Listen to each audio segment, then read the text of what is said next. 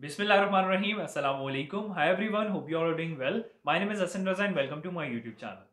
आज की वीडियो हमारी 10 किलोवाट सोलर सिस्टम के हवाले से है। आज की वीडियो में हम बात करेंगे कि 10 किलोवाट सिस्टम पे कितना लोड चलाया जा सकता है, 10 किलोवाट सिस्टम में क्या क्या चीज़ें शामिल होती हैं और 10 किलोवाट सिस्टम टैक्सेस ऐड होने के बाद आज की डेट में कितने में इंस्टॉल होता है, कितनी लागत आती है 10 किलोवाट सिस्टम पे। तो आज की वीडियो में हम इन तमाम चीज़ों के बारे में बात करेंगे। सबसे पहले हम बात करते हैं 10 किलोवाट सिस्टम पे कितना लोड चलाया जा सकता है। 10 किलोवाट सिस्टम पे हम 1.5 टन के 4 एसीज को चला सकते हैं। इसके अलावा फैन, लाइट्स, रेफ्रिजरेटर, पानी वाली मोटर और इसके अलावा घर का जो एसेंशियल लोड होता है वो हम 10 किलोवाट सिस्टम पे चला सकते हैं।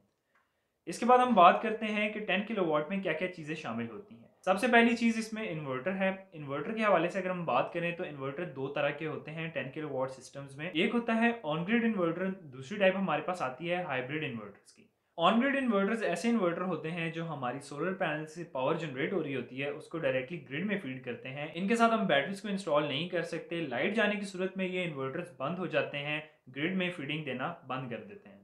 ये एक सेफ्टी पॉइंट ऑफ व्यू की वजह से इस इन्वर्टर में ये ऑप्शन रखा जाता है कि जिस टाइम मेन वापडा की ग्रिड बंद हो जाए तो उसके बाद हमारे सोलर पैनल की जो जनरेशन है वो ग्रिड में फीड ना हो। हाइब्रिड इन्वर्टर्स ऐसे इन्वर्टर्स होते हैं जिनमें हमारे पास बैटरी का ऑप्शन होता है, जिसके साथ हम बैटरीज को भी इंस्टॉल कर सकते हैं, स्टोरेज सिस्टम को इंस्टॉल कर सकते हैं।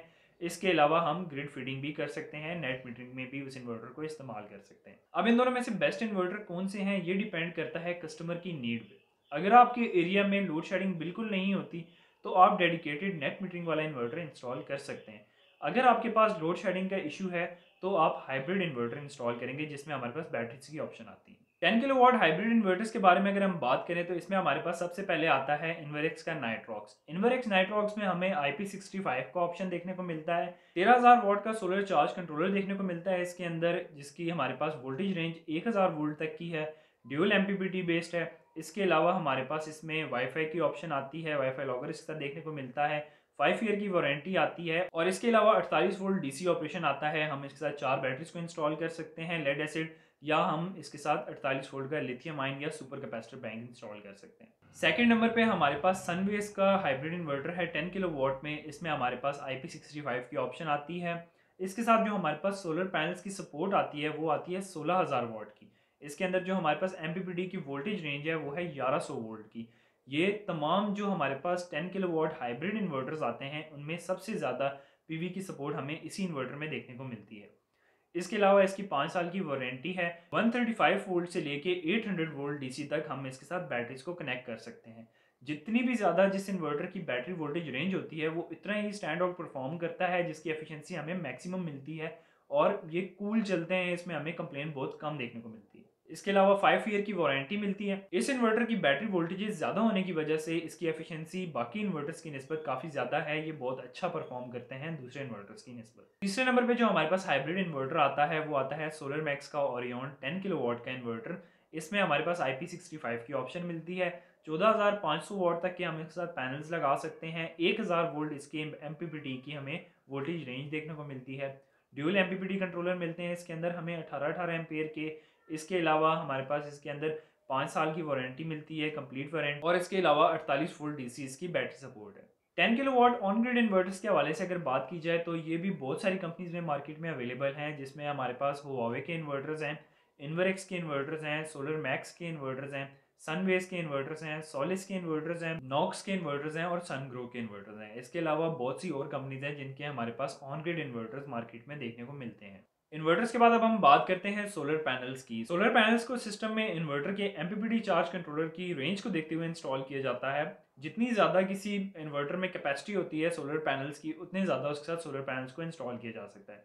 जैसा कि आप 10 किलोवाट सिस्टम है, इसमें हमारे पास 13,000 वॉट से लेके 16,000 वॉट तक की सपोर्ट आती है इन्वर्टर्स में MPPT की। अब अगर किसी इन्वर्टर के साथ 13,000 वॉट की कैपेसिटी है सोलर पैनल्स की तो उसके साथ हम 13,000 वॉट तक के सोलर पैनल्स को लगा सकते हैं।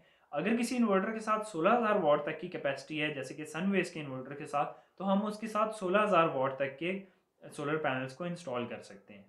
आप कम करना चाहें तो कम भी कर सकते हैं। अगर 10 किलो वॉट के अंदर आपको 13,000 वॉट सोलर पैनल्स की ऑप्शन मिल रही है तो आप उसके साथ 13,000 वॉट की भी लगा सकते हैं, और अगर आप 10,000 वॉट के सोलर पैनल्स लगाना चाहें तो 10,000 वॉट तक की भी लगा सकते हैं। 70% हमें मैक्सिमम एफिशिएंसी देखने को मिलती है, कभी कभी ज़्यादा भी देखने को मिलती है।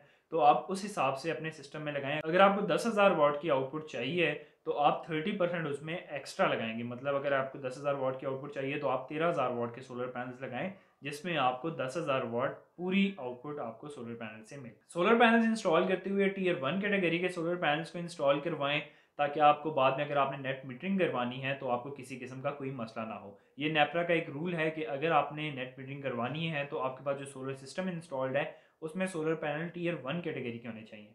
अब टीयर 1 कैटेगरी के कौन कौन से पैनल्स हैं, इसमें हमारे पास लॉन्जी के सोलर पैनल्स आते हैं, ट्राइना के सोलर पैनल्स आते हैं, कैनेडियन सोलर के सोलर पैनल्स आते हैं, जे सोलर्स आते हैं। इसके अलावा हमारे पास जिनको कंपनी के सोलर पैनल्स आते हैं। सोलर पैनल्स इंस्टॉल करते हुए इनकी स्ट्रिंग्स को बनाते हुए MC टाइप 4 कनेक्टर्स को इस्तेमाल करें, बजाय इसके कि आप काट के ज्वाइंट करें।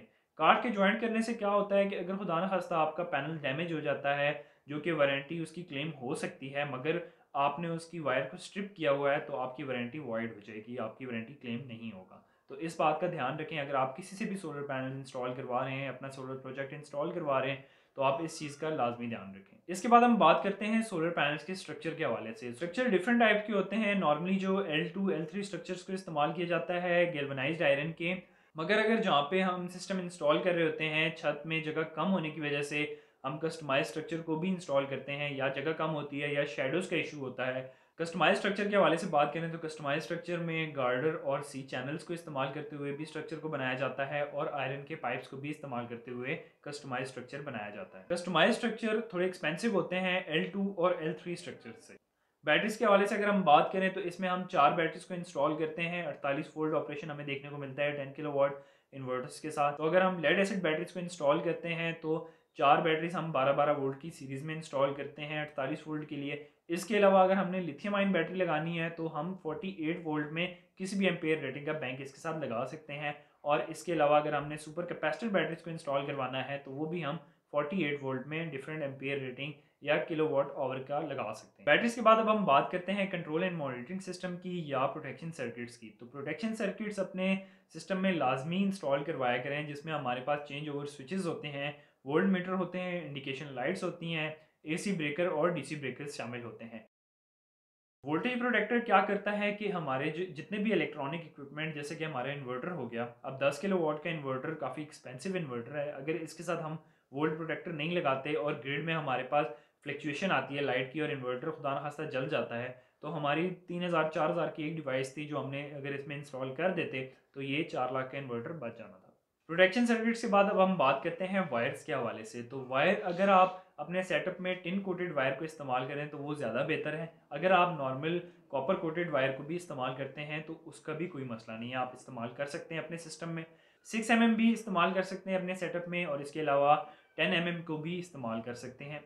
तो अभी तक हमने डिस्कस कर लिया कि 10 किलोवाट सिस्टम पे क्या क्या लोड चलाया जा सकता है और 10 किलोवाट सिस्टम में क्या क्या चीज़ें शामिल होती हैं। इन तमाम चीज़ों की हमने डिटेल डिस्कस की। तो अब हम एक डेमो चेक कर लेते हैं। एक हाइब्रिड इन्वर्टर के साथ अगर हम 10 किलोवाट का सिस्टम इंस्टॉल करवाते हैं विदाउट नेट मीटरिंग तो उसकी कितनी कॉस्ट आएगी। इस डेमो कोटेशन में मैं जो आपको प्राइसेस बताने जा रहा हूँ ये ज़्यादा भी हो सकती हैं और कम भी हो सकती हैं। जैसे कि टैक्सेस अप्लाई हुए पिछले दिनों तो तमाम इन्वर्टर सोलर पैनल्स की प्राइसेस में इंक्रीज़ आ गया, क्योंकि ये तमाम चीज़ें इंपोर्ट होती हैं तो इंपोर्ट पे टैक्स लग गया था, जिसकी वजह से ये तमाम चीज़ों की प्राइसेस इंक्रीज़ हो गई थी। इसके अलावा करेंसी फ्लक्चुएशन की वजह से जितनी प्रोडक्ट्स इंपोर्ट की जाती हैं उनके रेट्स में इजाफा होता रहता है या कमी भी आती रहती है। और इसके अलावा जो तीसरी वजह है वो ये है कि अगर स्टॉक अवेलेबल होता है तो प्राइसेस कम भी हो सकती हैं, और अगर स्टॉक अवेलेबल ना हो तो इस सूरत में भी प्राइसेस ज़्यादा हो सकती हैं। तो इस तरह से मैंने आपको ये एक डिस्क्लेमर दिया है कि इनकी प्राइसेस जो हैं ये कम या ज़्यादा हो सकती हैं। ये जो मैं आपको कोटेशन बता रहा हूँ ये लाजमी नहीं कि ये सारा प्रोजेक्ट इतने में ही इंस्टॉल हो। तो अगर हम इन्वर्क्स का नाइट्रॉक्स हाइब्रिड इन्वर्टर यूज़ करते हैं इस कोटेशन में, और इसके साथ हम lead acid tall tubular batteries को इस्तेमाल करते हैं, तो इस प्रोजेक्ट की जो हमारे पास टोटल कॉस्ट आती है वो आती है 15,75,000 रुपये। इसके अंदर डिलीवरी चार्जेस शामिल नहीं है। और अगर आप इस सिस्टम में टॉल ट्यूबुलर बैटरीज की जगह लिथियम आयन का बैंक लगाना चाहते हैं तो 48 वोल्ट में 100 एम्पेयर का लिथियम आयन बैंक इसमें ऐड करें तो इस प्रोजेक्ट की कॉस्ट 16,85,000 रुपये हो जाएगी। तो ये थी हमारी आज की वीडियो। मैं उम्मीद करता हूँ आपको हमारी वीडियो पसंद आई होगी। अगर आपको हमारी वीडियो से कुछ भी नया जानने को मिला है तो हमारी वीडियो को लाइक करें, और अगर आप मजीद इस तरह का कंटेंट देखना चाहते हैं तो हमारे चैनल इनोवेटिव सॉल्यूशंस प्लांट को सब्सक्राइब करें। हम बेसिकली इंस्टॉलेशन का काम करते हैं। आप किसी भी किस्म का अपना सोलर प्रोजेक्ट इंस्टॉल करवाना चाहते हैं तो हमारे स्क्रीन पे दिए गए नंबर्स पे आप रब्ता कर सकते हैं या आप हमें फेसबुक या इंस्टाग्राम पे कांटेक्ट कर सकते हैं। मैं आपसे मिलूंगा इंशाल्लाह अपनी नई वीडियो में। अपना बहुत सारा ख्याल रखिएगा। तब तक के लिए अल्लाह हाफिज़।